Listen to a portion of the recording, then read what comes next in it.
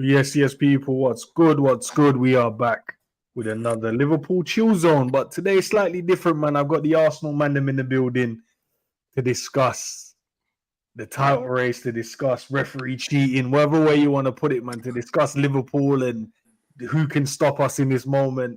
But obviously, the main man himself, Savage, in the building. Tariq is in the building, and Matt's in the building. Lads, hey, it's interesting, man. Me and Savage have been chilling, bro. You man must have been stressed over the weekend. No How's stress. everyone today, by the way? Never stressed, man. Never stressed, bro. Yeah, Matt's gonna give you the cool thing now. I was watching the Liverpool. I watched the Man City game first, of course. I enjoyed how that one went until João Pedro came. I wasn't until João Pedro came on, and then he changed it. What a player, man! What a player! But then the Liverpool game, I was there like, come on, bit like the counter-attack goals that you can see, and they played all right as I thought. But just the best opportunities came from you, man, on that counter, and Salah again. Hey, Sav, I know we already spoke earlier, but still, man. Hey, it's interesting, man. See when you know these men are suffering inside, but can't say that. Not even, bro. Not even. Yeah. Comfy times, man. I'm always relaxed anyway when it comes to Liverpool, to be honest. Bro. Yeah, I mean, it's not like we lose many games and that. Yeah, I think football in general, bro, it seems to be like shot results everywhere constantly, bro. Yeah, I mean, so it's one of them, man. It's not like listen, Premier League, innit, bro? Caught slipping, bro. It's over for you, man. So yeah, interesting, man. Got a few topics to kind of, speak about as well, man. Obviously, from an Arsenal standpoint, Liverpool standpoint, we check about the rivals, Man City. But obviously, these were the results over the weekend. Some surprising ones, you would say, like Ipswich getting their first win, Wolves getting their first win as well. Man City just keep on losing for some strange reason, man. I don't know what's going on with them. Arsenal in a must-win draw, that one. Liverpool, obviously, they're saying it's the toughest fixtures for us, but seem to just come away flying colours again, man.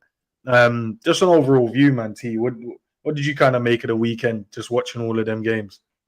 Yeah, it was an interesting one because most of the attention, because it was the 3:00 kickoffs, which were more like the battle of the mid-table and relegation. I thought Fulham, boy, serious team this season, and Hayland, that's what's doing it for them at the moment. And Iwobi, Smith Rowe, and Nelson. I thought they all had fantastic games. So that was the 3:00 one that I was watching. That was then the Man City. Yeah, we'll talk about it because I think we've seen similarities in Man City kind of with Arsenal in terms of losing key players and having those cluster injuries. Those cluster injuries have a big impact on teams, man. And Man City are in theirs at the moment. And then the big one on the weekend, Chelsea, Arsenal, will surely get into much more depth of it. But frustrated in a way, of course, because I thought we ended the game the stronger team and we could have easily nicked it at the end. But again, with the performance compared to Newcastle, the last Premier League game, much better. And even in the loss against Inter Milan, I thought we played quite well. So positives to be taken from there. But of course, 9 points is a big gap at the moment that we're looking to try and climb, but long way to go, long way. Matt, they called you Cross FC, blood, from the Inter Milan game, blood. I don't know what your thoughts are, man, but what about the games over the weekend? You guys drew, Man City lost, Liverpool winning. The teams in and around you as well doing okay, you would say? Yeah, but you know what? Let's go. Remember last week I said about Man City, I said it's not the same Man City. I was like, I know we always feel they're going to do this run, but I don't think they have. Them good players have got older now, bro. And you look at Savinho's coming. He ain't scored once, has he? I don't think he scored one goal. No, it's what I'm saying. So, they need more from players like Matheus Nunes, good player, but still not like a Foden, a Bernardo, but, will do well in certain games. The Tottenham one, it is surprising, but I said before the start of the season, I feel like Tottenham are going to have them type of games this season. Tottenham are the only team that I know at home that could lose that game, that in terms of the bigger teams. And you saw, I don't know if you lot saw Spurs fans before the game were like, chance to go third. It feels so good, but we're going to be Spursy. You know what I mean? It just had that feel. And I feel like they're going to have that type of season. They let Palace win, they let Ipswich win, and that's going to ruin them in terms of top four. They've lost 5 games already, which is mad. Big Ange at the wheel, crazy. So, yeah, that one was obviously a surprise. And listen, my boys, Tariq hit the nail on the head. I feel like as frustrating as it was not to win, I saw a better performance.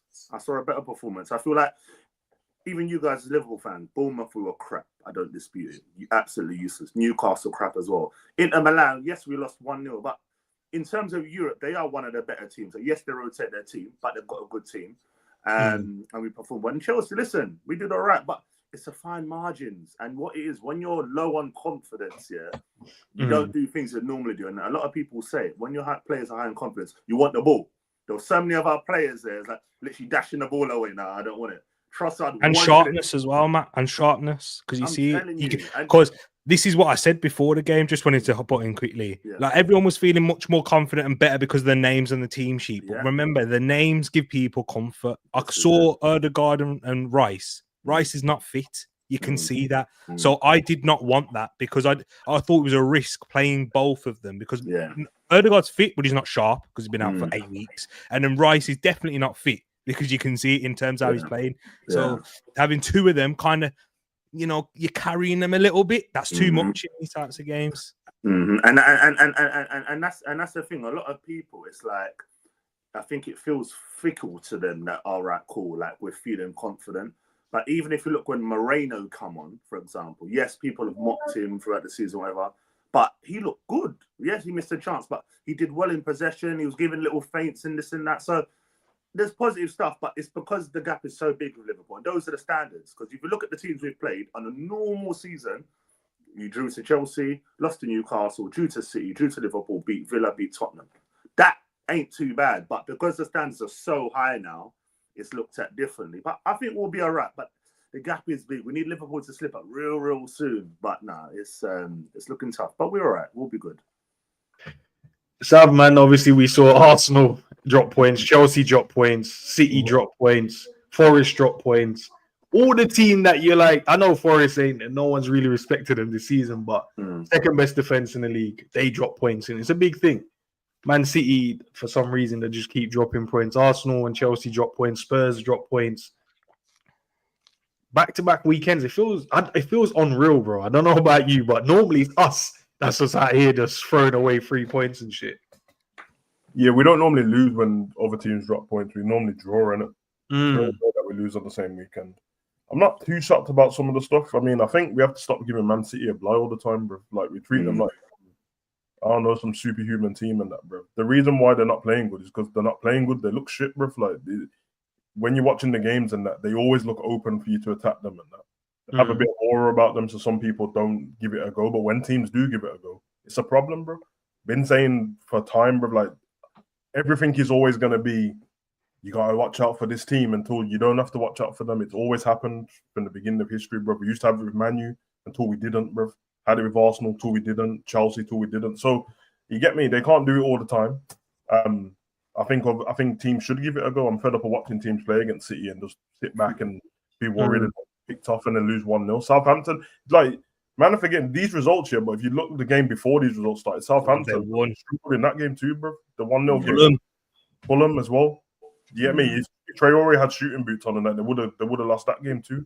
And then they got games earlier in the season and that where you get me. Sometimes if you don't watch the Man City game and you see that it ended 3-0 and all that, it looks like, yo, they smacked up this team. Really, it was close. And then the last 5 minutes of the game, they scored 2 extra goals in it because the other team was defeated. So, yeah, man.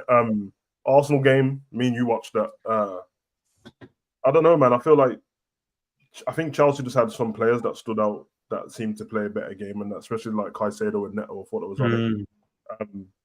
I didn't think Saka was good at all, bro. And I keep telling man, like, I don't know what it is with your gaffer or whatever, but he's got that Salah contract, bro, where he has to play all the time. He always looks injured to me. He always looks injured, bro. And he's young. I don't know how this geezer's career is gonna last. Game running to the ground like this, bro. But he was so quiet in the game. I thought Odegaard looked good, and he's top class anyway. You can see the difference as soon as he come back. Martinelli looked kind of sharp. He was off with some of his shots and that, bro, but he scored his goal. And you could have won it at the end, and you get me. It probably would have been it would have been a fair result if you won the game. But either way, the draw seemed like it would be fine. Yeah. And then the rest of the teams in the league, teams like Spurs and that, bro, I don't rate them anyway. Like, listen, people only call them the Big Six because everyone has already made like channels on that with the Big Six name and that. Really, they're not the Big Six, bro. I don't even know. No, seriously, who are they, bro? Like, why? How come financially savage? That's why financially. Yeah. How come no one's panel has like Villa fans on there? It's true. Facts. Got Spurs taking up space and that being Leicester. shit. Yeah, they either win or they lose. Spurs. That they just win or lose. Like they'll have a big result, and then when the weekend comes up, I know they're gonna lose again, bro. Big man lose after.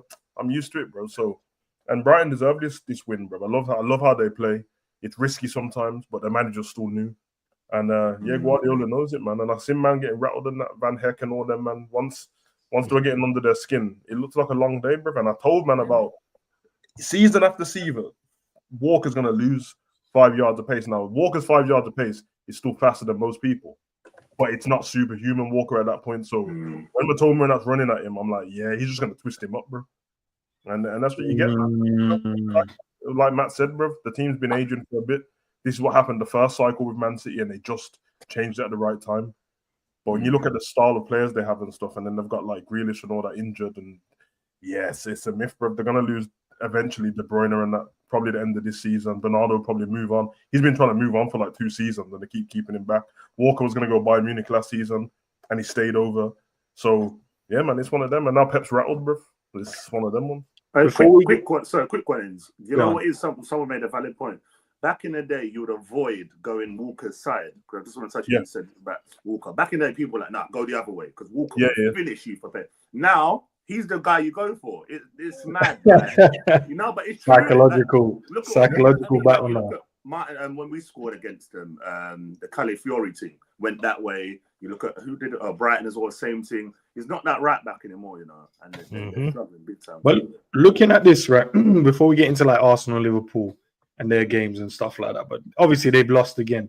But I saw this, they posted, I can't remember if it was a BT or Opta, and they were showing like the percentage since like Pep's been there, kind of thing, like what's his ratio each month.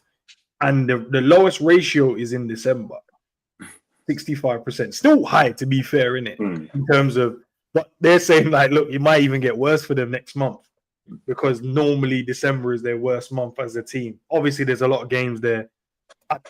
Over the years, Man City's played in obviously a few competitions. It's only once they had to play in the Super Cup one. Well, Super Cup, not Super Cup, the World Club. They were away for that one as well. So maybe that kind of, started fluctuated the kind of percentage. But yeah, they might even get worse next month, bro. But then January, we see about 83%. So these man, I don't know what they do from December, but something happens, bro. What normally happens in January is teams like us or Arsenal, we fail to capitalize on whatever's happened, and then they sniff blood and then they go after you, bro. Last time they went Club World Cup, we played Arsenal, I think, and then we played Man U as well. We failed in both games, and yeah, they came back, said, "Raw, you lot are only 4 points ahead, and we got games in hand," and then they just peppered everyone, bro. And do you know what else? What Man City do? Look at the months where they're at their lowest. It's usually the congested months. So October, November, December, the fixtures come thick and fast because you got the Carabao Cup, you got the Champions League, you got the Premier League, and then in October, November time, that's when it starts becoming 2 games a week. In terms of you'll have 2 Premier League games coming on late November, December, and Man City are always good at in terms of managing themselves. They look more open because they don't run as much. It's as simple as that. Like if you look at Man City's running figures in those months compared to the March, April, May, they run a lot less in those months, and it makes sense because they are conserving energy and they're building sharpness. Pep Guardiola rotates a lot more in those months, and yeah, people think it's because of fitness, managing the fitness of others. No, it's building up sharpness of the players in and around so that they can protect, Foden. Like, how many games has Foden started? Not many. It's more like he's trying to manage Foden, and hey, I don't know if I can trust De Bruyne anymore to stay fit in these key periods. So let me look after you. He always tended to do it and try out these new different formulas, these new systems. That when we, in the 22-23 season, that's when in February, he decided to go 4 centre-backs at the back. Ake, Akanji, Stones, Diaz, and trying out all these trial and errors. The only time I saw Arsenal do it was last year, where we're trying out these different things, getting players and doing so many rotations. And then by the end, by January, February, you knew our best 11. You knew who was starting week in, week out. So I think that's the important. I don't think Man City can do that this year because without Rodri, you're going to have a big drop off. Gundogan's not looked anywhere near as the levels that we saw him previously. The defenders, you can't really rely on John Stones' fitness anymore too. Diaz, yeah, you can, but with Diaz and Walker, we spoke about them already, kind of how they are defensively. You can expose them. That's not their strongest side. Vardio's done a great job for them. Because Diaz has no speed, that's why, bro. He's slow as shit. And I don't think that they can do that this year exactly, because that's why Walker, that's where they kind of matched a little bit, because Walker's got the speed, whereas Diaz doesn't. Whereas with them now, they're going to consistently be open in that midfield. Because even if they did sign a Zubamendi, guys, he's not Rodri. The responsibility Pep Guardiola puts on Rodri, he's not just a 6, he's an 8 for them too, in terms of progressing the ball. He's a goal scorer. He scored like 10 goals last year. They're going to be missing those 10 goals as well, wasn't he? Yeah. And who else haven't they replaced? Alvarez. Bro, I don't understand why they even sold him. But let me ask Matt a quick question, Matt, because obviously we've seen in moments where Pep's changed it, right? He's gone with a box 4. We've seen him like inverted his fullbacks. We've seen him put a centre back into midfield. What do you think he can do now to change his run, bro? Because does he have the players? What does he need to do? Does he need a transfer window? I think it's a culmination of things. I feel like, last season we said they won't have like the drive to go again to win another trophy, like the Premier League again. I'm not saying they're not trying. I'm not disrespecting what Liverpool did. I just feel like, I don't know, I think some of the players, like, they've got Savinho in, they've got like Jack Grealish in there. I don't know how he gets in for England, like they're banking on, and all these type of players. And like Tariq mentioned, the Diaz and the Stones and them people, they're very important to them. Their Kanjis and that are not cutting it now. And like Savage was saying earlier about we put Man City on this pedestal. Teams ain't scared now.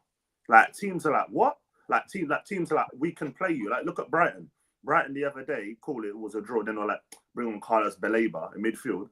Bro, he played like, I don't care who you man are. I'm going to show you. That kid's a baller, bro. He bullied him. Serious baller. And that's why I don't think people are as intimidated. Naturally, when you see the City team now, you go in, rather than seeing Stones, Diaz, these man, you're looking, you see, what's his name? Pussy. I don't know how you say his name. Let me say it correctly. Whatever his name is, him, the youngsters, and you think, bro, we can get at them. So they're not as intimidating as before. But Pep's Pep, innit? I think in Jan they're going to go big on someone. I don't know who. I think they'll go and sign someone because it's got to change. Because this is the first time in a long time we've seen City fans start to talk about, Pep needs to change up, did it? Normally they have a lot more faith that he's going to do it. But again, that's respect to Liverpool, because where Liverpool are doing what they're doing, them fans are now stressing out. Just quickly as well, I think just to answer Enz's question in terms of what they do, look at Liverpool. Double pivot that midfield. I think that's what, not just Man City, I think we need to do that as well. Double pivot that midfield. You can have a pivot where you don't just have a sole responsibility on one number 6 because they don't have that. They allowed Rodri to have all of that. Share it out. Gundogan and Kovacic. Literally, when one pushes, simple. It's simple. When one pushes, what goes forward steps into that half space, the other drops, vice versa. They need to do that. They need to build from a strong base. They don't have that strong base. They're open centrally to run through. Liverpool, why you guys have been so good and what I was impressed with is like you weren't creating abundance of chances against Villa, and you kind of let Villa have a bit of the ball, but as well at points. But you said, all right, come break us down, and we've seen that from Liverpool this season. It's like, all right, let's see what you can do, because we'll overload centrally. You'll have McAllister, Jones, and Gravenberch in there. And then you've got your speed from out wide. I think they have those threats from out wide, but they don't have the goals from out wide that you guys do. Like Man City's goals from out wide is pretty poor. As you said, Matt, Savinho hasn't scored. Doku doesn't get many goals. Grealish, we know he doesn't score anyway when he plays. The only one that does is Foden when he goes out there. And then Bernardo Silva doesn't score many goals. So they're heavily reliant on scoring goals from Haaland. They will create chances. The difference with them and Liverpool right now, Liverpool, your attack in terms of scoring goals. I've said this for 2-3 years, and Sav, you know it. I'm speaking to you. Your players are all engaged. That's the difference between you and us. Our bench players aren't engaged. We don't see Sterling. Jesus is doing. He's playing. He's in a whole different place, a planet in terms of how he plays. And Trossard is again. What's he on? What planet is he on? Too doing a madness. But look, you man are arguing who starts, Diaz or Gakpo, both performing. When Jota comes back, Nunes is doing bits, mate. You can have an argument and a debate who starts there. And then, of course, you got the main man, your key man, in strong positions to score. And he's not. He's defending more than he did on the Klopp, but he's still in the. He was the one pushing furthest forward on the counter attacks. It's Salah. You're putting your best players in the best positions to get hurt the opposition teams. What's the gap? 5 points to Man City, 9 to us. Yeah, still gotta relax a little, then, innit? Because Man City. Because wait, I swear Liverpool got what? Tottenham, then City, innit? No, we got Southampton. Southampton, Tottenham. Man City got Tottenham, then Liverpool. Yeah. Hey, they already know what happens when they play Spurs, man. You know that's 3 points for Spurs. That's what normally happens. Well, let's go to your game, man. Obviously, me and Sav watched this game in the background, bro. And yeah, Arsenal, you could tell Odegaard was obviously unfit, but he was still he makes a massive difference to your team. 100%, you can see it. I'm gonna agree with Sav with Saka, bro. He weren't there. This man wasn't there, bro. Maybe what you said, T, not on the right planet. Maybe for just this game, Martinelli was looking energetic, looking possessive a bit, but nothing really like. I don't know. Some section obviously your fan base was like, nah, he was great. He was doing. But I'm watching him going, yeah, he did go past. What's his face at right back once, but other than that, I don't know.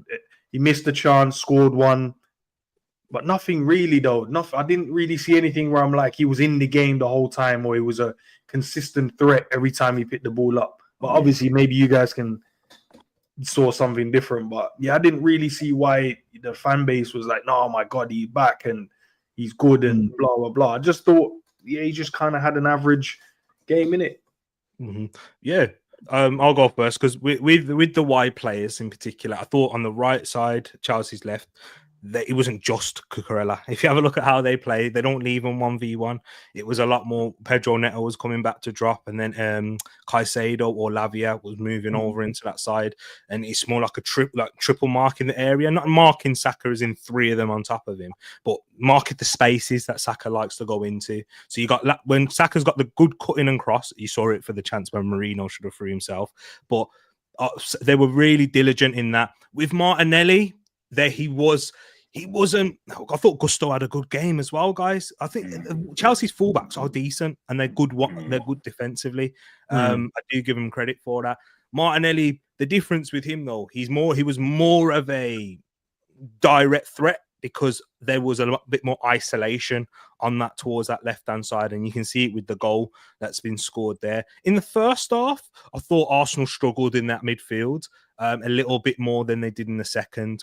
As soon as we made that change and we took Rice off, and it's not because I like Rice, I rate him highly, but having balance and players who are fit and sharp is so key, because you see with the balance with Marino what he provides on that left. When you have it's simple something. But then can that not just be down to the Chelsea midfield looking tired? So then he looked good when he come on. Not necessarily. I thought they were, because they refreshed their midfield ends. They brought on Enzo, who also had a good game when he came on. So they did refresh in that. I didn't think Lavia was great for them either.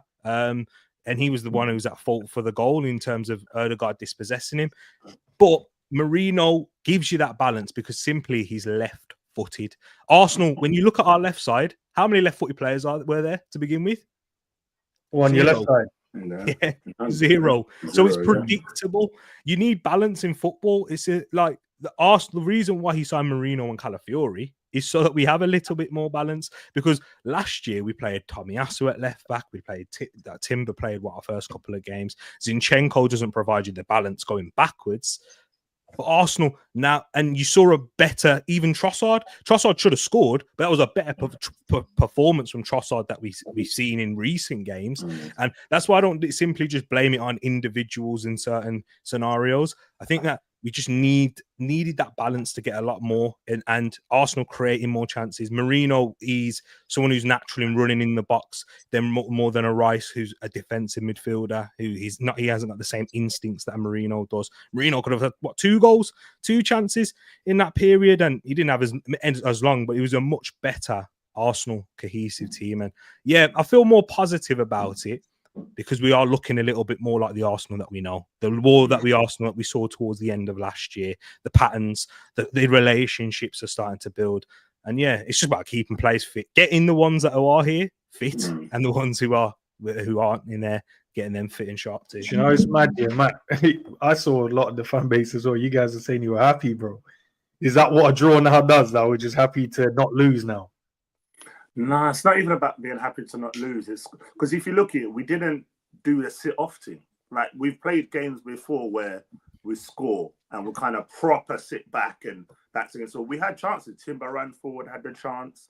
You know, I mean, Moreno had the chance, obviously, before we even got the goal. So I can see the steady improvement. So I think the happiness in the draw was we understood a loss was, I know it's 1 point, but a loss and we're doomed in terms of confidence as well going into the internationals. We know that 2 weeks to simmer on a loss is painful, not just for the players, for us fans as well, you know what I mean? But I think we're looking at like, okay, cool, we finished in a way where we played well against Chelsea. Like Savage even said, we could have won it. A draw was a fair result, but we could have easily have won it. So Arsenal will probably go away and, do you know what? Cool, we could have won that. We come back and listen, we've got a tricky game against Nottingham Forest, yeah, at home. Now, if we go and beat Nottingham Forest in that first time we're going back, you start to see the confidence just come fully back. And I would not be surprised if from that Arsenal go on a run of winning 6-7 on the trot. Because football's all about, we know how it is. Football, you win a couple of games, you get the confidence and you look unstoppable. When you get the one loss, the element of doubt starts to come in. And our doubt came from the Bournemouth game. Then it come from not winning. And I think the last minute equaliser by City that time, I said at the time, that would affect us as well. Because I don't think people understand how big a win away at City would have been for us in terms of confidence. So all of these little things. So when was the last time we beat City at Etihad? You know what I mean? So I've always take all these things into account. That's why everyone always says, oh, you're so calm, you're so chilled. I just see the improvements. But because of football Twitter, everyone wants to get on, oh, I saw this and that. Bro, chill. That's how you know them fans, they're new gen fans. They're one of them ones, oh, I've been through it, mate. Champions League losses, FA Cup fun, like it's football, it's life, man. Listen, you your fans that have lost the league by what, 1-2 points, but you get, that's football. You know what I mean? That's football. You get over it, you deal with it. So yeah, man, it's one of them ones. But we take it, we move. Listen, 9 points is a lot, Endz. I know you're smiling, Endz. I can see it. Yeah, 9 points is a lot, but it's Premier League. Yeah, it's not like back in the day where you go and play a team that's 10th and it's a guaranteed win. It's different now. Bournemouth went and beat City and us, but then they went and lost to Brentford. Yeah. See what I'm saying? It happens a lot. So hey, no, but you're talking to Liverpool fans that understand this, bro. We go through this all the time for years where we expect to go win a game and then we lose 1-0. You're like, where did that come from? So we understand, we know it, bro. What's up? What about you, bro? These women are, I don't know. They'll be too happy, blood. I don't know why. It's a weird one. The team's put in maximum effort for 2 years in a row, and then run this season now. And I'm guessing most of the Arsenal fan bases we're gonna win the league in it. This is, bro, 9 points is crazy, bro. It's actually crazy. I know it sounds like, oh, it's just 9 points. Like Liverpool lose 3 games and that, bro. What, bro? I'm sitting there thinking about it. It's not even arrogant on Liverpool's part. I'm just thinking like 9 points is mad considering. I'm thinking up to this point, I don't even know if you would have thought you would have lost the game yet. So, and I think in a season where Man City is dropping points as well, this would have been perfect for Arsenal to be how it was last season. Yeah, I mean, we're at a point where they probably run away with it. Liverpool's got a new manager. Man U's got a new manager. Chelsea, 9 points, bro. I don't know. I actually want to know, like, and it's not like this new fan base thing, stick your chest out and say, I'm being deadly honest. Like, do you think you're going to win the league? No. No, do you know what is savage? I don't know about Tariq here. For me, I'm very big on fixtures. I know people say, oh, it don't really matter. I'm massive on fixtures. And when I looked at it before the start of the season, I went, I would love to stay unbeaten. But there's some tricky away games. End of story, right? We know St. James's is hard. We know Etihad is hard. We know Tottenham and Villa. You never know. It depends what day you hit them on with them, and you know what I mean. We played Chelsea. That was Chelsea were in a bit of form. So when I think about it, I'm like, we've got all of them ones out the way, and that's not to say we're going to be all of them at home. But I'm like, even if by Jan, and I've said this in previous episodes, if we could get to 5, even just around 5, right? And then suddenly you look and you go, yes, we've got to go to Anfield. I think it's April 28th, I think, around that. Yeah, we'll go to Anfield. I look and I go, other than that, there's not really, again, when teams in the relegation battle, whatever, there's not really any tough away games. But Matt, you just told us there's games that's difficult. You can't say there's no. But what I'm saying, I'm talking before the start of the season, you look at your fixtures. You know which away games are going to be difficult. I'm sure Tariq was the same as me. I went, rah, what? Like, and I'm already looking at St. James's 12:30 with them fans waving that black and white flag. It's peak, you know. So I look at that and I think if we can get to within range, not to say we're gonna go on win it by 5, 6, no.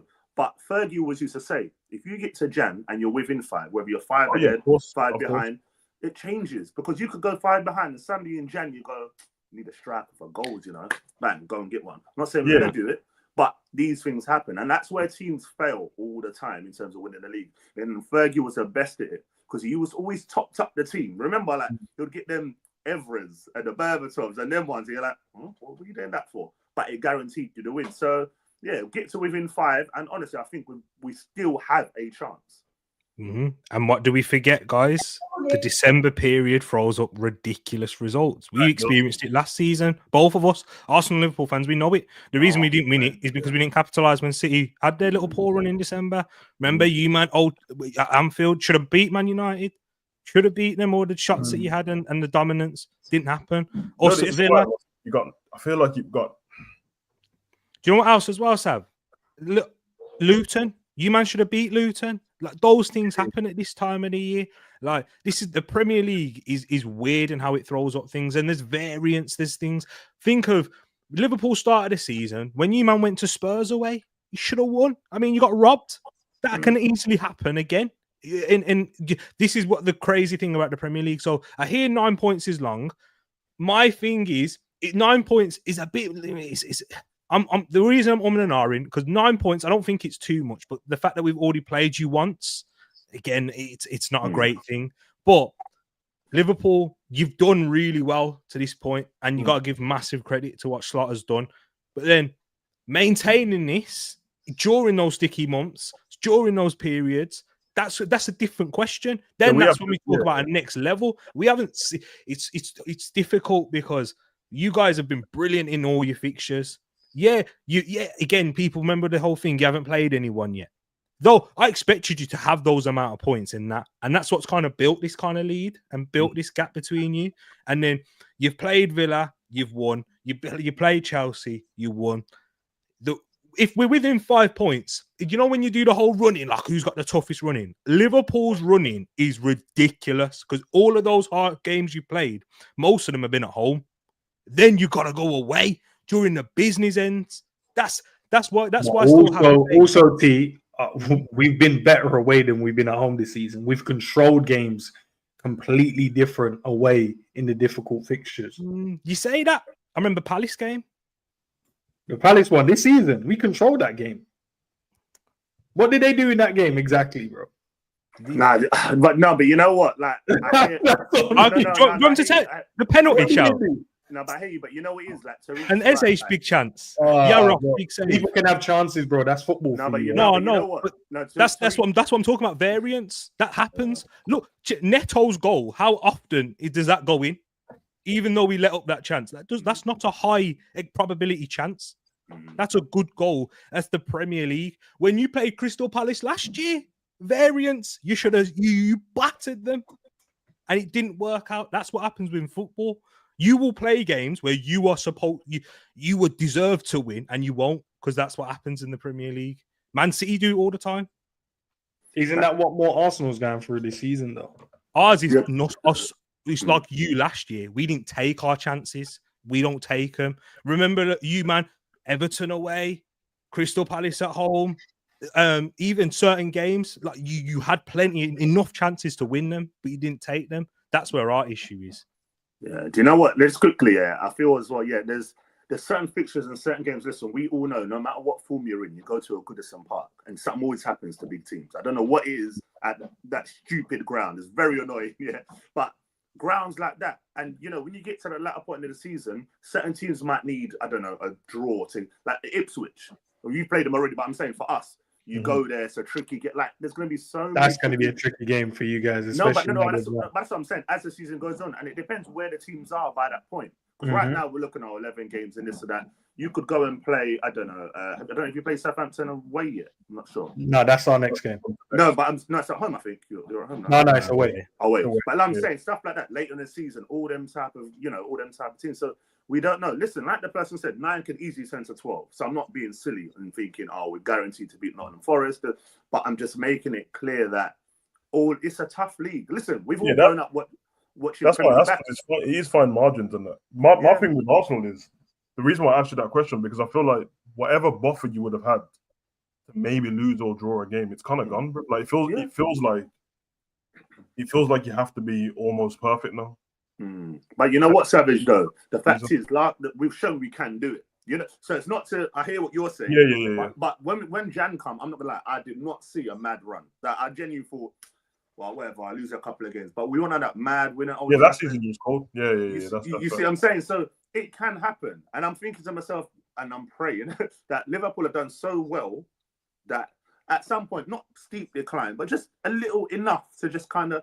Like get a draw. Okay, 10 points. Then we get 7. Then what I mean, little things like that. So who knows, man? Who knows? But listen, it's good. We have small margin for error now, though. You are right. Like we ain't got room now. We ain't got room now from Nottingham Forest to because I think each team has 10 games in December. I heard or something like that. Yeah, that's what I'm saying, man. That is mad.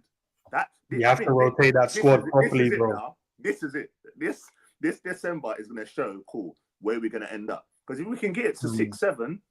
Who knows? 100%, because then we still got big teams to play. But yeah, it just feels like if there's another weekend of usually like don't pick up 4 points and we win, I think it's over with. I think it's over at that point.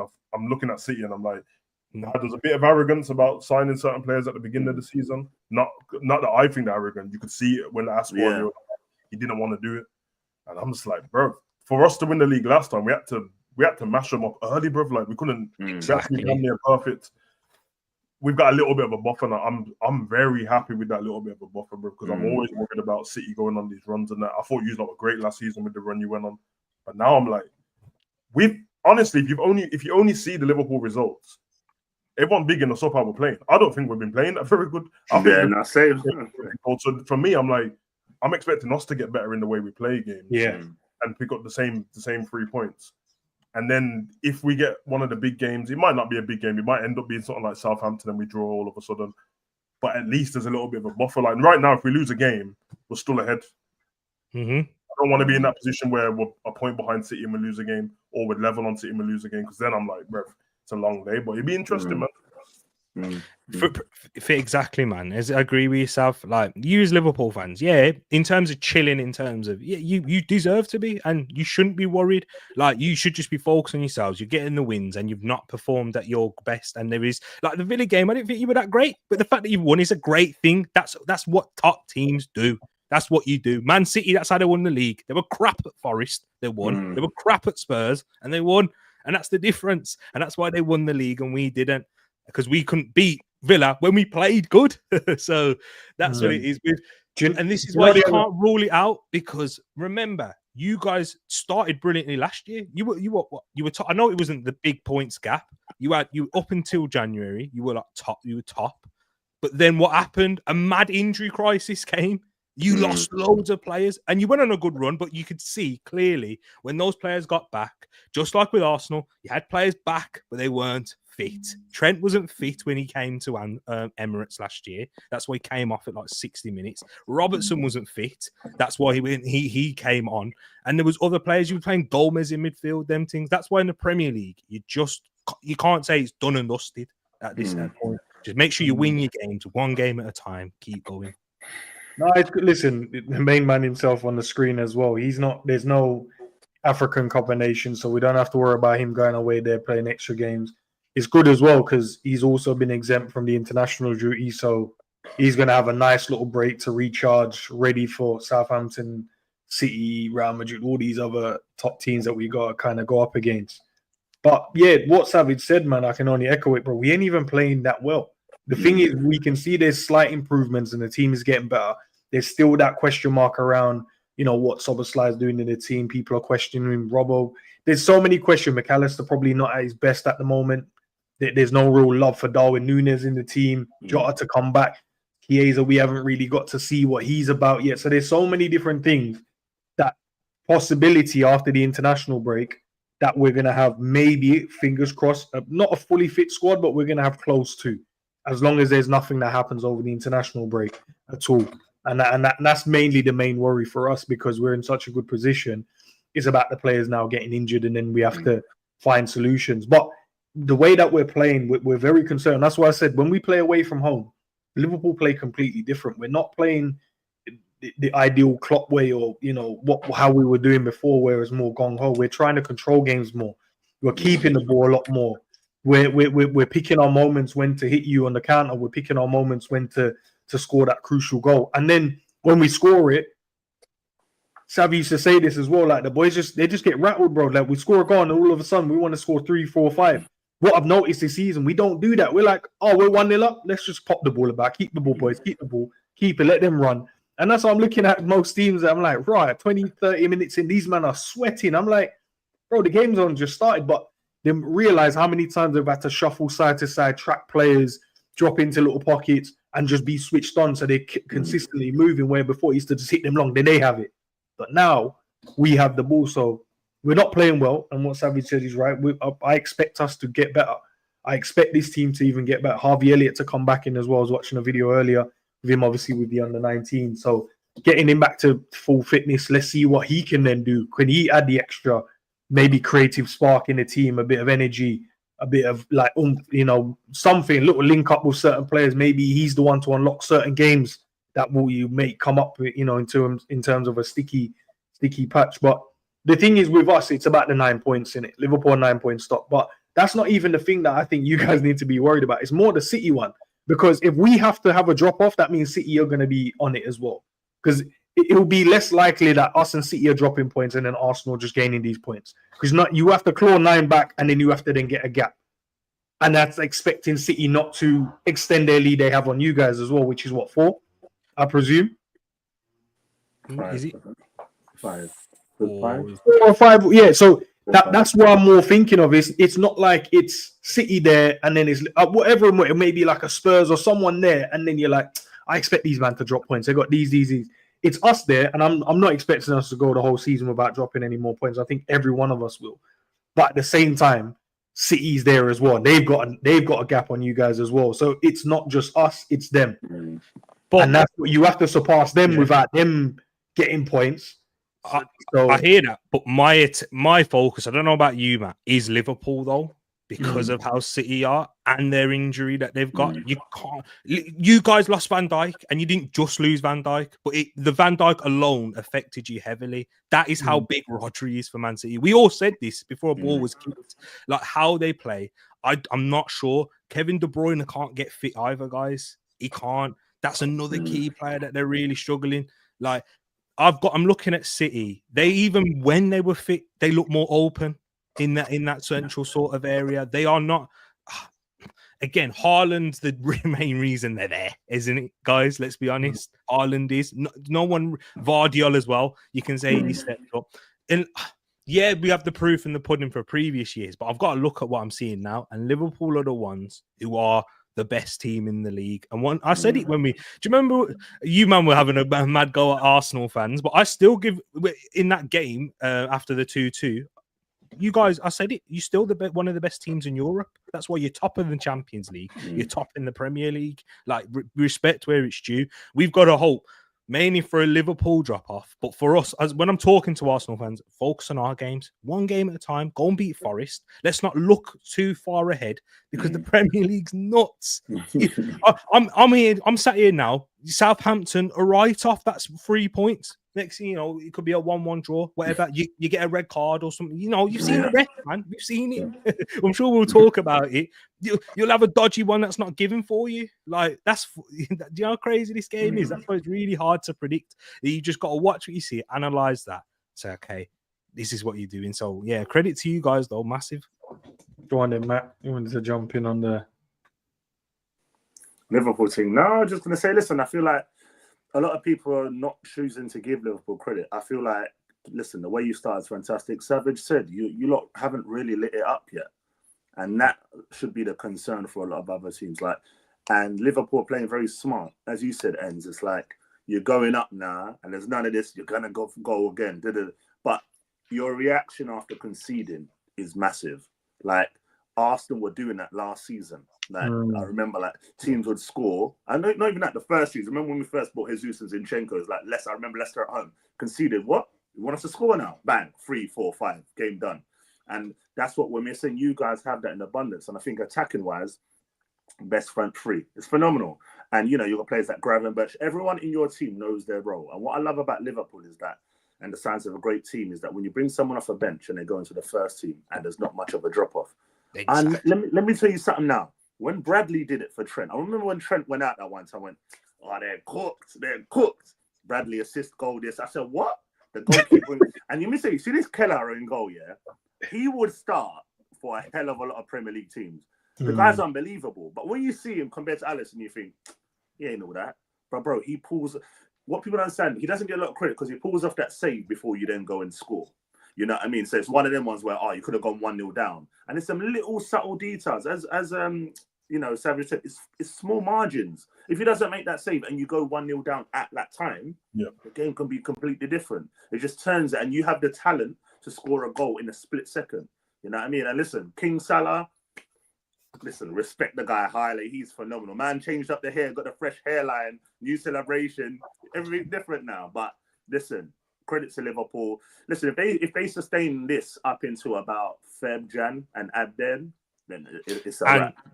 And just to add on that, you had one player that wasn't really performing and getting a lot of criticism from your fans in Szoboszlai. Curtis Jones steps in. Bang. I'm the man. That's what's happening with Liverpool right now, and that's why you got to give again massive credit to them. They're having that's why you got to credit their squad. In terms of what Slot's doing and understanding early, like this is first season. He's only managing for how many months at Liverpool, and he's already understood. Okay, this is where this player is performing well. This way is at his best. Yeah, man, massive credit. Last week, just because obviously I've got to just cut quickly. I just want to say, and I feel like we spoke about the whole City thing. Like Tariq, it's not that we're underestimating City. It's just that I look at them, and I said to you, Endz, last week, I don't see them doing the run. Yeah, they might win 3 or 4, but I don't think people understand how big the Rodri thing is. Like, missing Rodri is massive. Teams are running through the midfield for fun now. You know what I mean? And they don't look as physically imposing. Haaland's losing his head. Like, they seem to have lost all composure. And then you're hearing them talk a lot more now, and Pep's flustered. The way he was holding that Brighton defender's hand, trying to do the motivational thing. You know what he does after the game? You'll come. Now, he was vexed. So you see it. So they slowly lost their head. But listen, Liverpool, they continue doing, and big up Arne Slot, because I doubted him. Like, I'm not really one to admit my wrongs. Yeah, I hate it. But Arne Slot's been fantastic, looking good. And Konate, is he better than Sliwa? No, but he has been this season. Nah, listen, I'm the last person to ever ask if he's better than Sliwa. Hey, I go ask, bro. I go ask. Yeah, big up Matt, bro. Yeah, big up, bro. Big up, Matt. That's it. Yeah, please always. So let's get to this final topic, though, man. What do you think of this one, bro? Because man, about here just I don't know, bro. Apparently he's owned up to the video. Said it was him still, but it was years ago, still about 7 years ago. So apparently it's him. It's not AI. It's not deep fake. He definitely wasn't 7 years ago. Robbo got here 7 years ago. What are you talking about, bro? He had the COVID thing in the picture, blood. That wasn't 7 years ago. Like 3-4 years that ago. Was like 2021, 22 season was, we had that black kit when we played. So that was what he showed in the video, bro. So it's an idiot thing, bro. It's an idiot thing, bro. Like, as I said, I could go over the top. I know that man are gonna, I mean, the reason why we didn't lose the title and all that. Listen, I'll be honest, that's not the reason, innit? But it stinks, bruv, because I'm sure every single referee thinks what he was saying about some manager, bruv. Because at the end of the day, they're humans and they're trying to do their job, and they've got to have man shouting down their face, we're getting paid millions, and that. Meanwhile, they're not on the same money. So I understand that. You got mouth shut, bruv. Like, sadly for people, like when you're in a certain job, you got to shut your mouth, bruv, and you have to show it. I told you it's like being a policeman, bruv. You can't show the bias, bruv. And you know what I mean? We as Liverpool fans, them situations where he's been involved in or he's been around that game, without even knowing it was him at them games, we already had an issue with all of those games, bro. Yeah. It's not like just talking about it now. So the fact that the video comes out and then we're like, oh my God, it's this same guy. This is an idiot thing, bro. Now, don't get me wrong. There's parts where man are telling me like, yo, he was on VAR for this. Listen, VAR is not one person in it. So the stool, you get me? There's still other people in there. But when is the ref in that? Yo, and we saw in the Villa game, bro, man tried to just wave off the Salah foul and the Bailey foul on him. He wasn't going to give anything, bro. So if Nunes never scored, would have been mashed up too. Now imagine seeing that, not giving the penalty, a red card to Bailey or anything, and then seeing this after, bro. It's kind of crazy still. If you think Klopp's a cunt and all that, I hear it still, man. It's up to you to think like that about man, but that's crazy, bro. And the geezer who posted it and whoever recorded it is an idiot too, blood. Just from who record? No one records man them doing that kind of foolishness. Not when it's their profession. Right? Yeah, man snitched on his homeboy, bro. But look at it. He had the obviously the tackle on Virgil that took him out. He was involved in that. Didn't want to look at it. Didn't want to, just ignored it. The Rodri handball. I remember watching that game and I remember him misjudging the flight because I saw the backspin on the ball. But you could see it spinning. And once it hit the ground, it backspin and he threw his arm out to block it because the Everton players was behind him. And I'm like, that's a handball. They said, nah. Obviously, Odegaard decided to like dribble and turn with the ball in the box. He said, nah, Mane, bro, we can see. Even when they showed us the replay, I'm like, where did they measure on Mane to say he's offside, bro? And then obviously we've got the one more recent when a man took out our striker running through on goal. And then after controversy of Arsenal having the same issue, was it us as well involved in one of them as well? The tossing Jota. Yeah, so we had that one as well, and they gave a yellow card right for that one. They didn't give a There was one card. in Palace Spurs, and they gave a yellow card for that too. And then you got this, and I'm like, bro, like if you wanted one that was clear and obvious, like Mo is clear on goal. There's no question whether the goalkeeper's getting there. He's getting there first. It's a goal scoring opportunity. This in the picture behind, man's just waving his arm like, nah, let's play on, man. It's coming together. What? Coming together? He's clean through on goal. So it's mad, bro. Ain't that Mane one and the Pickford one the same game? Yeah. He's in it. Yeah, because I remember Thiago was balling out in that game. Yeah, and we got nothing, bro. He gave us nothing, bro. And that's nothing. Thiago, is that the one when Thiago got kicked in his knee as well by Richarlison? Yeah. Yes, yeah. He got sent off, didn't he? And did Thiago get a big injury after that? He was out for like 2.5 months after that. He played. I think he played the rest of the game, didn't he? And then after he told Klopp he felt something, and then we didn't see him for a while after that. Exactly. So it shows you how things get out of your hands at times in football. And with these referees, boy, again, Arsenal and Liverpool, I feel like we are the ones that have suffered the most with referees. Think of what add Wolves in there. Add Wolves. Yeah, and Nottingham Forest. Don't forget Forest. I remember Willy Bolly getting and Willy Bolly got sent off for a mad thing. Absolutely. And then they had to hire Mark Clattenburg just to try and sort this thing out, like try and be friends with them, because Forest got done dirty last year as well. But when you look at you have to remember the bias is always going to be there. Yeah, I was speaking about this with G on his tweet, and I saw him get a bit of a lashback from all from you as well, Endz, and other Liverpool fans. But I think he's right in saying when the managers talk and they say, and they're so forthright in these press conferences, you're right. You're most likely right with the decisions, but you know you're affecting that in subconscious way. You're just going to. When Arteta called them a disgrace and got away with it, why do you think now any little 50-50? Yeah, it's not going to Arsenal's favour. You're getting sent off. for kicking the ball away, even though we've seen it so many other times in other games. Yeah, what? Sending off? Yeah. Here we go. You're not going to get the rub of the green. David Coote probably thinks Arteta's a see you next Tuesday too. Remember when Tommy Asu got sent off against Crystal Palace for breathing on a man, and he sent him off. So we can think. I remember Lee Mason, who doesn't like Arsenal, who didn't like Arsene Wenger anyway, got sacked from his job because he didn't draw the offsides. It's similar in terms of that for Brentford's goal, and that proved pivotal in the end in terms of us winning the league.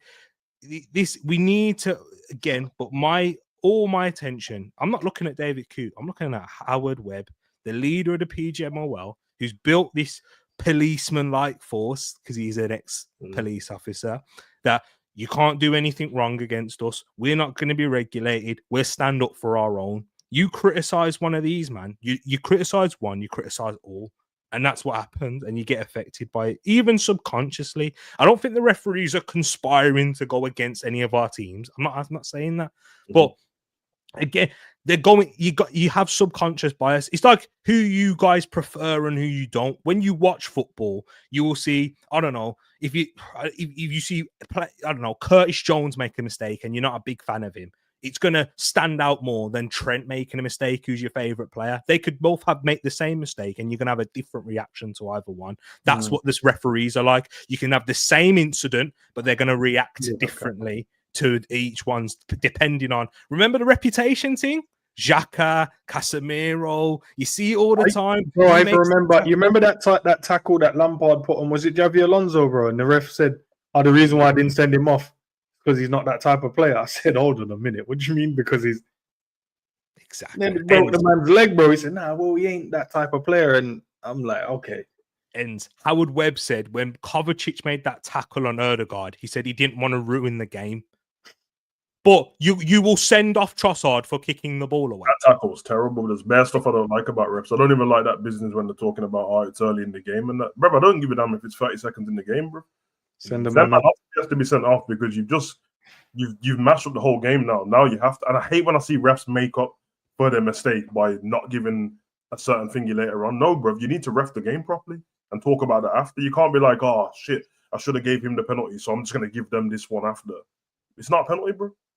It's like the one. It's like the one. Obviously, us as fans, in it. It's the one against Mo in the Chelsea game. Colwell takes a swipe at him outside the box. Mo, rides the challenge, gets in the box, and he just runs into him, bro. And then I'm like, yeah, ref, like, come on, bro. What's going on here, bro? Like, what is it? A dive then? If it's not a foul, then it's a dive.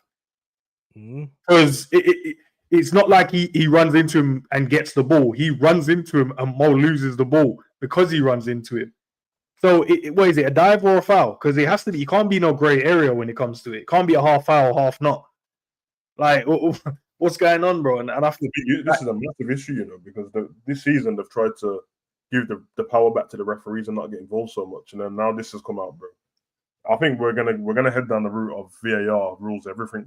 Watch, I swear to you, man. The geezer on the pitch is gonna end up just being the mouthpiece telling you what it is, and people are just gonna, we've got the technology. This is what we saw, because there's so much stuff that are weird, bro. I don't like when you can see, like they'll check something and they'll be like, nah, that's not a red card offense. I'm like, but is it a yellow card offense? Yeah, but we can't get involved in that. I'm like, well, bro, what are you talking about? You've just seen what's happening. Because if you give him the yellow now, there's a tackle he made later that would have been his he's off. Like, what you mean? It's madness, bro. What you mean you can't get involved in a yellow, but you can get involved in a red? Like, make it make sense, bro. Exactly. Because we're all football people here. We know how much a yellow card affects players and teams and how the game's going to be played. How many times do you see that player who gets away with a yellow card then makes a yellow card challenge later on in the game because they know they've got a free one, which breaks up the counter attack? Who's the Forest captain? What's his name? Brian Yates, the thug. Yates is a bully. No, I thought he was bad against us. No. The way he ran madness, bro. How did he not get sent off against it? I was actually happy he wasn't off here because I'm like, that's Arsenal's next game. I need him. So I was watching him give away cotton and I'm like, nah, this guy should be sent off. And I was like, no, who's their next game? Arsenal. No, ref, listen. Accidental. I'm like, nah. How's he running around just roughing up everyone? Yellow card offense after yellow card offense and nothing being given. He did it against Chelsea too and got away with it. Yeah. It all stems again. I think we always said this when we bought Declan Rice. I made it as a joke. We got a player that's going to help us with the referees. Like he will get away with things. I remember when we played you this season, Declan Rice should have got a yellow card well 100%. early on, but he didn't get it, and I know why. Because he's English, and And that's the other one. True. I said he should have been sent off because as soon as Soboslai came on, he dropped the shoulder on him and he grabbed his shirt and pulled him back. And I'm like, that's his second yellow, bro. That's what the ref was like, it's right, just play on, man. It's possible. And I'm it's like, the same thing. Left backs will get chances to kick Saka. Saka gets kicked every week. You'll give him 2 or 3, and then I might book him. Caicedo yesterday, how did he not get a yellow card? He was moving reckless. Caicedo was running around bullying everyone. It's crazy, man. And obviously, I don't think pundits and all that help as well, bro, because even they give their own opinion on certain things and speak as it a fact. I heard the girl say the other day, like, yeah, it's more, what did she say? It's more higher stakes in the box for one of the fouls. And I'm like, bro, a foul outside the box and in the box is supposed to be both given as the same thing, bro. So outside the box is a free kick. Happens inside the box is a penalty. I was waiting for them to, I thought they was going to give the Villa a penalty against us, bro. Yeah. For the Bradley one. I said to my son, it's kind of weak, bro, but if they give it, bro, you can't hold him like that. And Sav, they've given it already. You've seen it. So there's no reason not to. It stinks. I don't know, but I don't know what's going to happen from this, bro, because it's a good thing it's happened in a situation where the international break is, so they probably got a bit of time where they have to, like, I don't know, come up with a game plan now, because I think most teams now, especially Liverpool games, Liverpool now are going to be very, and I don't know if it's going to go one or two ways. Either the referees try and, let's just give Liverpool some stuff, so let's try and win them over kind of thing. And then you're going to see some blatant things like, bro, that's not a foul, but we're just going to get it. Or that weren't a penalty, but we're going to get it. Hats off, I'll be happy if we get it anyway. But I think that might happen. Or it will just go the other way where every team's going to be like, nah. These referees need to go, bro. They need to get out of here because we don't trust them not to have a bias now. Because even though it didn't look that way, but clearly this man had a bias against Liverpool the whole time. He's gonna have to go Championship or League One, and it's one of them, bro. Like you can't manage, you can't do it in the Prem. I don't want a man to lose his job, of course not, bro. You get me? But yeah, you can't do the Prem thing now because it's not individual Liverpool games, is it? It's any team affects us, bro. And I mean any team, bro. Like it could be Ipswich versus Man City, bro. You get me? Arsenal. Exactly. Gives us a decision. You're gonna be screwing. Exactly. Exactly, and we have to be honest as well, bro. Like, I know Liverpool fans don't want it because we do the victim thing sometimes. I can't even lie, bro. Man ain't, because it's about Liverpool and he said about Klopp, no one's researched what he's done against the other teams, innit? For all I know, we might hate another manager and we might find... You'll probably look at all the stuff and go, rah, like, you've done this bare times, didn't I feel like I'm Portini most of the time, bro. You get me? So, it's one of those ones. He's going to have to move across, but I think that's the best thing for them, bro. Like, they should be getting reviews. They should have to come out and explain their decisions too, bruv. I don't know why everyone else has to talk in that because I wonder if they're like soft youths that can't really explain themselves, bro. They only got like once they're in the middle of the pitch, that's when they got their confidence. They got bare arrogance on the pitch and outside of that. Bro, remember when the linesman elbowed Robbo in his face, blood, and got away with that? Bro. Yeah. Bro, I'm like, nah. I've never seen him again though. Yeah, having said that, they just quietly got rid of him. Give them their own little thingy, bro. Their own little press conference, bro. Standard. Let the press ask them questions too. Since they want to be the main character, bro. Atone for your sins right now, blood. Because man can do all this. If Klopp will speak and that, bro. Klopp got asked questions, bro. He didn't just come out and say stuff about referees and remember this referee. Klopp never said anything about him. So with everyone going on, Klopp never said anything about him, bro. He's talking about Klopp on the side. Listen. You idiot, bro. It's one of them ones. Don't be a bitch about it. Oh, he's moaning at me and that. You're both grown men, bro. Tell him to shut up, innit? Yeah, tell him to shut up as well, innit? If he's telling you to shut up and you're shit at your job. Well, you're shit at your job, man. Whatever, innit? Like, just have a go back. But yeah, that is crazy. And now you start to think, what other referees? Because Liverpool obviously have their own agendas with other referees as well. Ends. Like Arsenal with Jared Gillett. We always get Jared Gillett. He can't ref your games. He's a Liverpool fan. Yeah, and he's and why do we always get Jared Gillett? And Arsenal fans are aware most of the managers are from like, and I'm not even joking because I saw the map before. Like most of the managers are from like Manchester sides, like most of them. Sav. That was my next point. I was going to say this is why I think we should get referees abroad and get the best referees in class. For one, it just helps with optics because we don't look at. Obviously, we have a refereeing issue in this country where people aren't going to become referees because why are they all in that northwest in Manchester area? Is that where the training camp is, bro? Because it can't be. Bro, like, why is all the man them that wants to be refs up? They're all from there, blood. They're all from there, man. All from there. And and Paul Tierney, we have our issues with him. And Man City.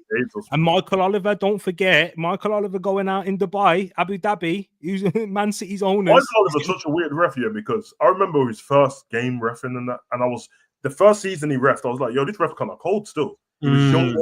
He seemed to understand the game. I don't know what happened, bro. I don't know what happened, but the season he came back the next season. Man City money. He had more arrogance than that, bro. And I saw the way he was, because I don't even like the way they talk. Don't get me wrong, the players deserve it sometimes, but sometimes the way I see him talk to a player, and I'm like, bro, he only asked you a question. Why are you sending him away like that, like he's a kid, bro? But it's what Endz said. They get a bit of bravery. I'm protected in it. Like I can say what I want. I'm like, bro, you see what like the referees, the ex-referees, and that Mike Reed and all that, they're throwing these under the bus. They think they're helping them. But they keep coming out, talking with Simon Jordan and all these men, throwing their players. I'm like, you're throwing man under the bus.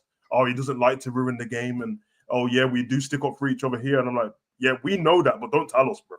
You're making it worse for these men. So, you know, that's twice this season so far now. Two things, not this season, well, last season anyway. But when they told us they didn't even draw the lines, bro, man, them didn't even double check each other. And now this year, now the referee's telling you they don't like Klopp and you don't like Liverpool, blood. What's going on? And then again, Michael Oliver's rap sheet's not good because Man City Doku booted McAllister in the chest and got away with it. To this day, bro, like banter aside, I still don't understand how that was not a foul. That's what I'm saying. That's a red card and a foul, bro. A red card, penalty, and a foul. It's what Tariq said. We're gonna have to rotate refs, man. We're gonna have to have the English refs in the Spanish league, the Spanish refs in the Italian league, the Italian. We're gonna have to do that because even I told you, bro. Mourinho's gone back to box office. He's been costing refs the last 2 weeks, bro. I'm talking about 10-minute interviews, screwing and that, bro. Yeah. Sav, just look at the Champions League, Sav. Can you remember the ref from the Leverkusen game? I can't remember. Our ref in the Inter wasn't great, but I can accept that. Like, you know, like I can accept it and move on. The other games, the refs were so much better. I'm like, and Arsenal, it didn't even favour Arsenal in most of them. And I'm like, I just love it. They just let the game happen, let the game flow. They know when players are time wasting. They know when they're not. They're not doing this every time the ball gets kicked away. It's not every time it's a time waste. Maybe they've just not heard the whistle. Simple as that. You know what I mean? I said that to Endz yesterday in the Arsenal-Chelsea game. I said to Endz, I think it was Gusto. It might have been Gusto. He didn't do anything wrong, but like they gave a free kick to use lot, but he had the ball in his hand, didn't it? Then he jogged back a little bit, then threw it to your player. And I said to Endz, what's the difference between somebody like when Declan Rice tapped the ball to the side or him doing that? That both of them are delaying it anyway, bro. And then it took ages for you to take the free kick anyway. I was like, bro, this is so stupid, bro. Exactly. And Sav, and that reminds me, I think Madueke got booked for Parma doing some next thing with the ball, and Madueke just went tapped it, and then referee goes Madueke, and he's like, "What?" Madueke did a little L turn with the ball. Ref said, "Nah, like, hold this." I was like, he said Parma was the one holding the ball. That's what, they just don't have a clue, man, about football. They might have to just change the structure in it. They might have to give them some kind of incentive and that. I know man don't like it, but that's what happens in real jobs, in it. Like, yo, you get reviewed after this game and that you like get a bonus if this and this happens. But if you don't get it. It might help, bro. Do you know the thing as well, Sav? You're right, because there's nothing for them apart from maybe them just liking football. We know that if you have to be you must love football in it. That means you must support a team. For me to believe none of these men don't support any of these teams, yeah, come on. Especially being from the Manchester side as well. We know you man support these teams, innit? It's fine, whatever. But they don't have nothing, bro, at all. They don't have no incentive to kind of be fair, unbiased. Like the Euros and the World Cup getting picked, but if there's a tier system on throughout the league, you got this many points and that, and then that gets you to. That means it's not going to be just the big ref; it's anybody. And if they do that, and then they're like, "Yo, because of your wage structure, you don't get paid that much anyway, so this is your bonus." Trust me, it will help them, bro. Man, I'm like, "Yo, we ain't losing our bonus. Let's make sure this decision. Yeah, is we done. pattern this up properly. You know what I mean? Or if the ref's not sure, like, yo, because when they do that thing where it's like, nah, VAR's not checking, I'm like, I thought when it started, they just check everything, bro. Yeah, exactly. Man, so now we're letting the referee, but we can see that he missed something here, blood. What do you mean you ain't checking it? I saw him elbowing him in the face in the box, ref. Oh, you missed it, no problem. That's what VAR's like. No. The referee said nothing happened. And Endz and Sav, the problem is they can make these mistakes and get no repercussion. If Curtis Jones, I keep bringing him up, I don't know, it's the first name on my head. If Curtis Jones makes a mistake consistently, he gets dropped from the team. Why do these referees not get dropped? Because we online, bro. That's what you get. As you said, Sav, get the review. We'll see how you are. Tier system, relegated. You're down. Next one up from out the world, because you can actually do that and create a good tier system where there's no bias involved. Because when you mentioned that part about, of course, they support different teams. My man could support Tranmere and he's gonna hate Liverpool because he's from Tranmere. Yeah, actually happened. Yeah. One of the refs. It might have been Mike Reed. We saw him in the crowd in the Tranmere game, and everyone was like, "See, he does like Liverpool." And I said exactly what you said. I said, just because in the Tranmere crowd don't mean he likes Liverpool. Yeah. If your Endz, you support Liverpool, but you don't like Arsenal, and same thing. I don't like I don't want Man United or West Ham. You know what it is? Especially if I know my team. Yeah, I'm looking at my team like they're in a good run. Yeah. Can I just like? Oh, sorry guys. You know what? Exactly, and because man, know I love EastEnders, isn't it? But that's why EastEnders is foolish sometimes. Jack Brannan can't police in his own area, blood. That's not true, blood. That's what it is with refs, bro. What you're just repping in your same area. That don't make sense, bro. Because you're in Manchester, you're red or blue, bro. Don't lie to us, innit? Yeah, but no, you don't support a team. I'm meant to believe that nonsense. No, blood. You don't. No one just chooses out the blue moon. I want to be a ref. Policeman in the ends can just police the ends still. After I slapped him up when he was a youth and rubbed his Pokemon. Nah, you already know what he's on after that, bro. You know what he's on after that. What, he's after me, bro, for the Charizard blood. He knows. It's long, bro. He said, if I could make this guy's life a living hell, blood, I'm making sure every time I see him, I'm just turning the sirens on. Every single time I see him, I'm turning it on. I'm stopping him. Nah, bro. It's so crazy, but I don't know what we're gonna have to do, bro. They got 2 weeks though in it to kind of figure what they need to figure out. Because something has to be done, bro. He can't referee no Liverpool games. Do you have faith that they'll sort it out, though? No. Well, you know what's going to happen in about 2 days. We'll see Howard Webb and Michael Owen talk about it, and just waffle, bro. You couldn't have two worse people talking, bro. And that's the thing. As I said, there's going to be two things that happen, bro. Either they try and go the Liverpool route, like, no, we ain't got nothing against it. So the next game we're going to get bare good decisions, and you're like, bro, you can tell like none of these are fouls or whatever in it. And that's what you're going to see. Or you're going to see them just do a proper like overhaul, and all the teams are going to be like, nah. There's going to be that random things that players are just going to get onto the refs about. And they were like, bro, it weren't even me, bro. It was my guy. He's suspended. No, we don't care, man. You all corrupt now. Because now we're seeing you, man, on tape saying you don't like a manager, which is fine. You don't have to like him. But you're also saying you don't like the team, and that's the issue. It's not the manager part. You can don't like a manager because you guys have altercations throughout the game, innit? I might have said something to you, and we haven't apologized. But when you're saying you don't like a team, bro, I now don't trust the other guys not to like our teams as well. Exactly.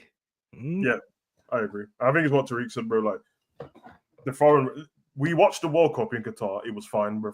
So obviously, whatever you use, then do that.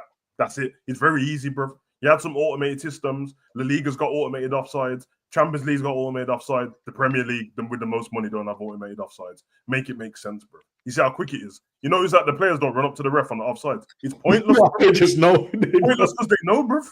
Yeah. It's easy for them to trust, isn't it? And then all you ever see in the Liga is they give it offside, and it zooms into the sideline, and you see the managers looking at their iPad, just want to check it because they know like you can't cheat it, bro. And then they get on with the game. It's much quicker, bro. It's so horrible. I can't. That's why I try not to do watch-alongs because every time I celebrate, the goal gets chalked off, bro. And you hear, man, shins are up. Like even the Kai Havertz, bro. I don't even. He just lent in the into the offside. Yeah. And I think I was about to say that. I don't think the rules help the referees either because the rules are rubbish, bro. So even when they stick to the rules, the letter of the law rules are rubbish, bro. Like realistically, bro, none of us forget rivalries and that. that Havertz offside. Man don't want to see them things as offside, bro. Lewandowski's offside against Sociedad, bro. What's that? Bro, I seen the thing though, Sab. Was that his foot? Because he's offside, bro. But let me tell you, bro, I just brought this before. If a man is size 10 and a man size 13, the size 13 dude's offside, bro. That's how stupid it is. Think of what I'm saying. If man's got a bigger foot, he's offside. I've seen it against us. I've seen Lukaku scored against us in the League Cup final, and his toe was offside, bro. Bro, it doesn't make sense, bro. We went from growing up talking about daylight between players to now man's big toe in that, bro. What you can't do nothing about. You're telling me, because if, say, Arsenal fans here at the moment are going to get onto Havertz, pussy, or what you doing? Bro, even if he looks across the line 10 times, he can't make himself be onside there, bro. Yeah. He's trying his hardest, bro. He can't do nothing. You got Mane doing his best Michael Jackson impression, bro, just leaning and not even offside and getting this offside. I don't know what's going on, bro, in this. Football's crazy, bro. But yeah, I don't know. They got 2 weeks. They have to figure it out, come up with a solution, and fingers crossed they figure something out, man, because all these teams are probably going to come back and want questions, bro. They're going to start questioning everything. Like, what team does my man support? I don't even, and then they'll go and research, like, how many decisions have these men really given against us? Then check in, where did he go up? Oh, he grew up, okay, he grew up close to the rivals. Interesting. Every time we played and he's been on VAR and he's been in our game, we've got the worst end of the stick. Nah, listen, he can't ref our games no more. We've got data to back up our allegations now. And that might happen. Who's going to ref the games, bro? Because I'm sure if a lot of teams go and check what's going on, I'm sure they'll find refs that's been mad biased towards their team.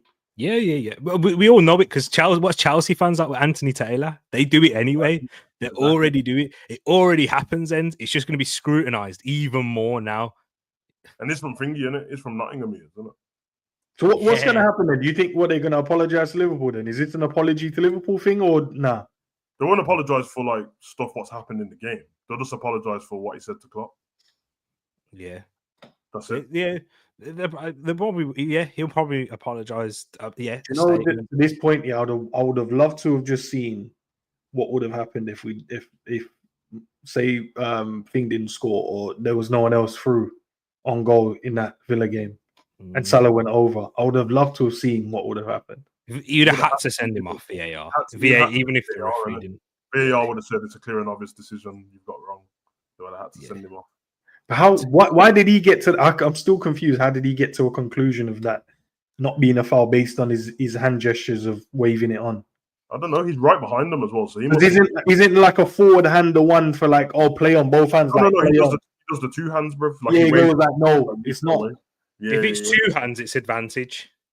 Yeah, it's like the two forward hands, isn't it? Advantage. Not two hands pointing forward. It's two hands crossed, like he's waving it away. Like no, normally when you foul, that's what he did. That's what he did. He waved it away. He weren't a foul blood in his eyes, bro. Yeah, he's lucky. VAR would have. Yeah, VAR would have had to get involved, bro. But who's got faith in that when you saw tossing? Remember, they all sound mad rattled when you hear. Now with that, we get to hear the recording of that. They all sound mad rattled all the time, bro. I don't know why. They're not even in the stadium. They're in another Stanley Park and that. You want to say the wrong thing, bro. You know the wrong thing being said. It's a long day for you, bro. If you say the wrong thing. Biases come out, bro. Because I know they want to say certain. Biases will come out because do you know what? Again, the referee might be thinking Salah's a diver. Something as simple as that. Yeah. Like I remember I ref one game. He kept diving. Like he's doing it again. You get what I mean? Like, no, but I'm sure he's down as a diver though in the like most refs because they don't give him nothing, bro. There's moments that I'm like Salah, come on, bro, be stronger there, whatever. But there's moments I'm like. Nah, bro, you need to the first 5 minutes ends. Luca Dean's dragging off Salah's shirt, and then not a play on. And the referee goes, I was like, nah, what is this? And then Salah does it, and then Salah does it to him, and then he's going mad. He's like, how are you giving that one as a foul? Reputation matters. People think Saka's a little diver. The referees do. That's why he gets kicked 3-4 times. Did you know did it stem from what game was it? Was this Champions League one? When he went over and won the penalty in the box. And there was the debate right with it. Because I remember me saying to you, I think he left his leg there. Was it from there or was it way before that? Then they labelled him more of a diver? I think it was within his first season, I think because he got a few of them. But again, I think it's more clever than diving. Like it's just you're being like the pundits now, right? No, it's a clever player there. No, it's a knife, blood. No, Nah, because Suarez was very clever at doing it as well. They know how to use Neymar is clever at doing it, bro. He knows how to draw a foul where he just looks like the guy has tackled him at 100 miles an hour and he flips. Yeah, and his legs go. Yeah, it's like, bro, come on, man. He weren't even that bad. He just clipped your ankle, bro. Relax. Right, yeah. I don't know, man. I'm trying to see man get a decision and get booked for diving. That's what I'm trying to see. The man overreacting. I've seen man dive and that. I'm like, it is a foul, but you're trying to get man sent off, so you should book. I'd love to see man give man a yellow card and give him a penalty, bro. Now, being serious, stop the foolishness, bro. It's a foul, but what you doing, bro? Allow it. Yeah. I don't need the theatrics to be added, bro. I saw him clip you. Relax. Yeah. Because they get rid of stuff so quick. The beginning of last season, they were talking about, if you ask the ref to book another player, you get booked and all that. They got rid of that so quick, bro. Remember that? It's like, if you gesture a yellow card, we'll book you. All of a sudden, they've just got rid of it. I see man do it all the time.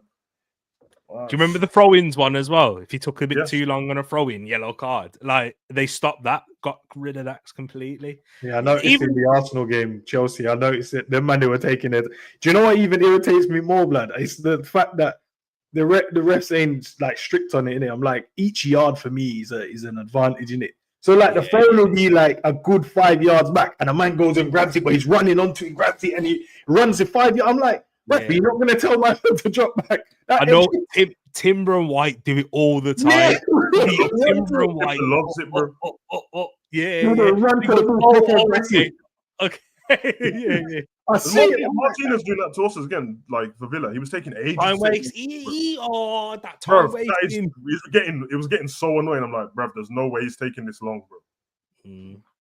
It's a shit house. Man said no one's moving, Sav. No one's moving, man. I can't kick the ball. He's like, hold on. You got 10 man on the pitch, bro. Kick it to someone. So nah. But lads, man, have you guys got any videos tomorrow at all?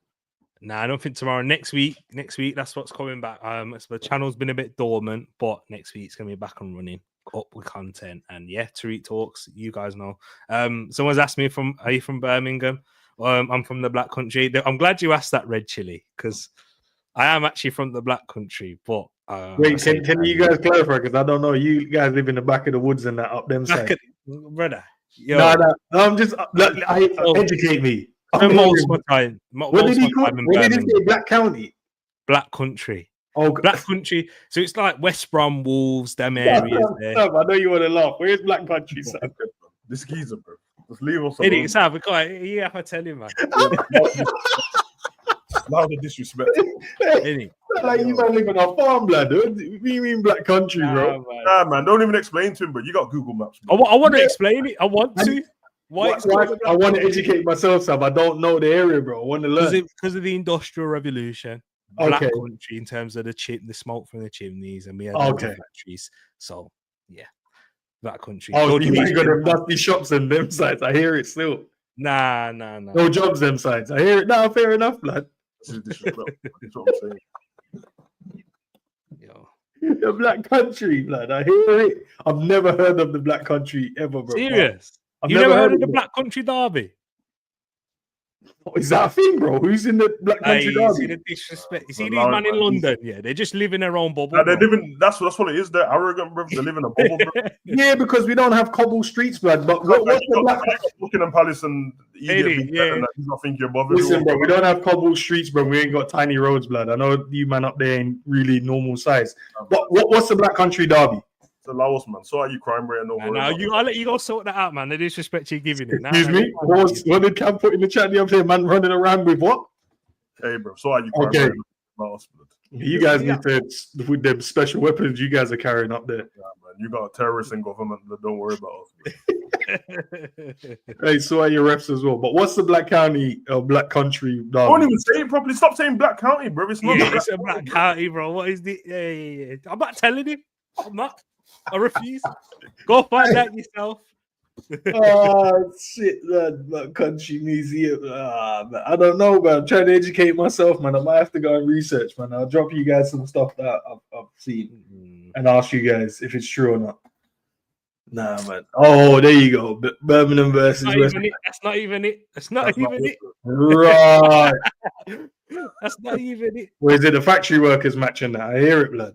See this, brother. You man refer yourselves as North, East, and West, so the South. So don't cost us. Yeah. At least we got Black Country. We know something in our history, not just North, East, South, West. What are you, man? A compass? No, listen, man. You might want to take up them slavery names like Black Country and that. That's mad, bro. Sounds like Honcho, kind of, but that's not the Black Country derby. It's West Brom versus Wolves. Okay, that's the Black Country derby. Why would I even know that, blood? I didn't even. Who cares about that? It happened last season in the Prem, in the FA Cup. FA Cup Black Country derby. I've never even heard Sam even mention that ever, blood. Sam, you're not bigging up your main derbies in that, bro. We're not doing this. That's not my main derby, bro. That's not his. Is his Villa, Birmingham? That's so. Oh, you're not from the Black country, you know. He did that on purpose. He did that on purpose. No, I swear, I keep thinking of county. So how come you ain't big that up, bro? Or mention it like, yo, that's a Black country. Told you, bro. The derby closest to me is Villa and Blues, bro. Okay, so that's like Tariq's side. No, oh, what he did. So whose side is it then? Whose side is it, bro? Tariq just told you, bro. He's from the Black Country. He's from the Black Country. I hear it, man. Wolves versus Villa. It's a Midlands, West Midlands. Yeah, no one cares about Wolves Villa, bro. It's me, bro. Blues you only care about the Black Country thing. All right, no, it's Birmingham and Villa, isn't it? That's what it is, bro. Birmingham and Villa. That's the derby where, you know what I mean? It's the Birmingham. What do you call that? Just the Midlands derby? Yeah. Birmingham, derby. Yeah. Okay. The biggest Villas in Birmingham. They hate each other, bro. That's, you know what I mean? And then obviously you got the whole of the Midlands, which is everywhere. That's, you know what I mean? East Midlands, West Midlands, and that. Cavs, East Midlands, and it. Yeah. Leicester and Derby and Nottingham. Nah, fair enough, man. Fair enough. Man, you arrogant pieces of crap, bro. Keep your city, bro. No one cares, bro. Bro, am I not allowed to ask questions? Well, these ignorant. Londoners are like Americans, innit? They're just mad ignorant, bro. They think that's what exists and that's it, bro. You want your own government, don't you, Endz? We're watching to those side. Nah, bro, we're cool, man. We're cool, man. You can't say too much. We might get sent, actually. Yeah, we're cool, man. We're cool. Listen, hey, nah, man. Big up to you guys, man. Creating all the corrupt refs up your sides and that. It's love, man. It's not Yeah, us. from all sides, bro. You see, Sav, the ignorance again. Anything north of London is just north. It's just north. It's crazy, bro. I go with the corrupt refs and that, just out here doing bits. I hear it, man. All right, Sav, big up, bro. Appreciate you as always. T, big up to you, broski. And obviously Matt as well had to leave. Big up to him as well. Chat, love for the love as always, man. Yeah, good and interesting conversation as always, boys. How long we got after 2 weeks? 2 weeks, bro. Chilling, relaxing. 2 weeks. Yeah, just under 2 weeks. What video should we do? Either an emergency meeting one, Premier League 11, or all these YouTubers, man. Every day emergency meetings, blood. Yeah, no, you might not need an emergency meeting. Everything's blessed. No, we might need one, but we have to make sure the squad is in a good position when we come back. So we have an emergency meeting, bro. Might have to have one about David Cotty, bro, because he's on some. I don't know. Maybe an emergency meeting about that. What do we do going forward? Maybe that's the title. Allow it, man. Just plug your other channel in it because you keep not doing that. And, that's fine, man. No. I don't. But big up to honesty, he does. What happened to Paul Club anyway? What happened to Club? Sav decided not to join, bro. I don't know. So it'd just be me on screen on my own with the man in my ears. The game's crap, bro. That's why I don't. Sav, can we just stop listening? Just say. Now the game's crap, bro. And you've already don't let Endz fool you anyway. He's already got a club. It's not like he was waiting for the man to get the game. He had a new club in the first 2 days of it coming out, bro. Yeah. I'm a talent, bro. I'm a talent. So you know what I mean? The talent has to have clubs. Man. It's all right though, man. I'm not getting it, bro. Unless somebody buys it me, I'm not playing it, bro. So it's all good, bro. I'm back on Fortnite, bro. So don't worry about that still. Nah, do you know what? I've played the season mode. I think the season mode's good. Like career mode, sorry, not season mode, career mode. You man do that, man. I don't. Yeah, career mode's better this year, isn't it? Nah, it's a lot more difficult, but obviously I'm playing the big levels in it. The rest of you man play on your class and send me. Ends. What are you doing here? Nah, most people do, bro. I know you man play world class, bro. Who was I watching? Man, they would say, "Nah, up the level, man." And he's like, "Nah, blood, this is harder." I'm like, world class.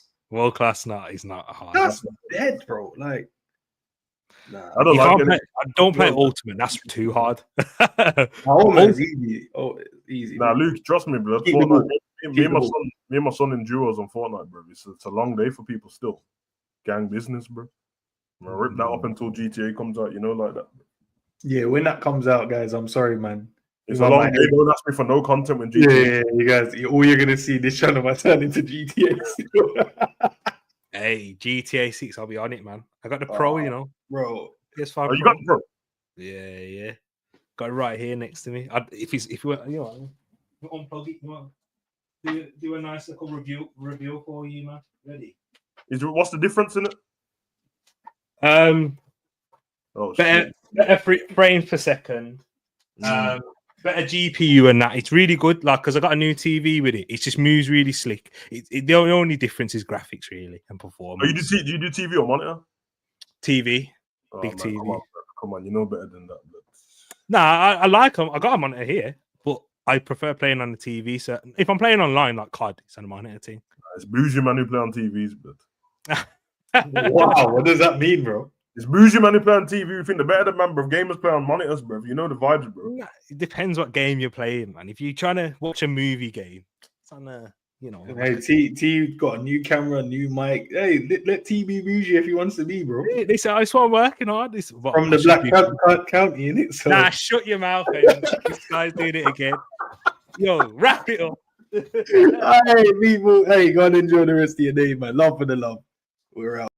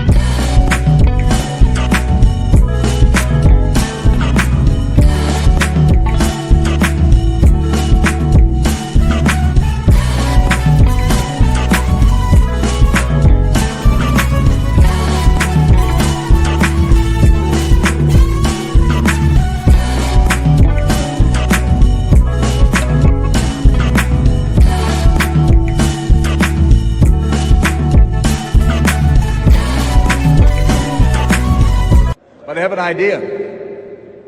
I heard the song today a few times, and I you can do that. I have no problem with that. Let's see how the response will be. Arne slot, la la la la la.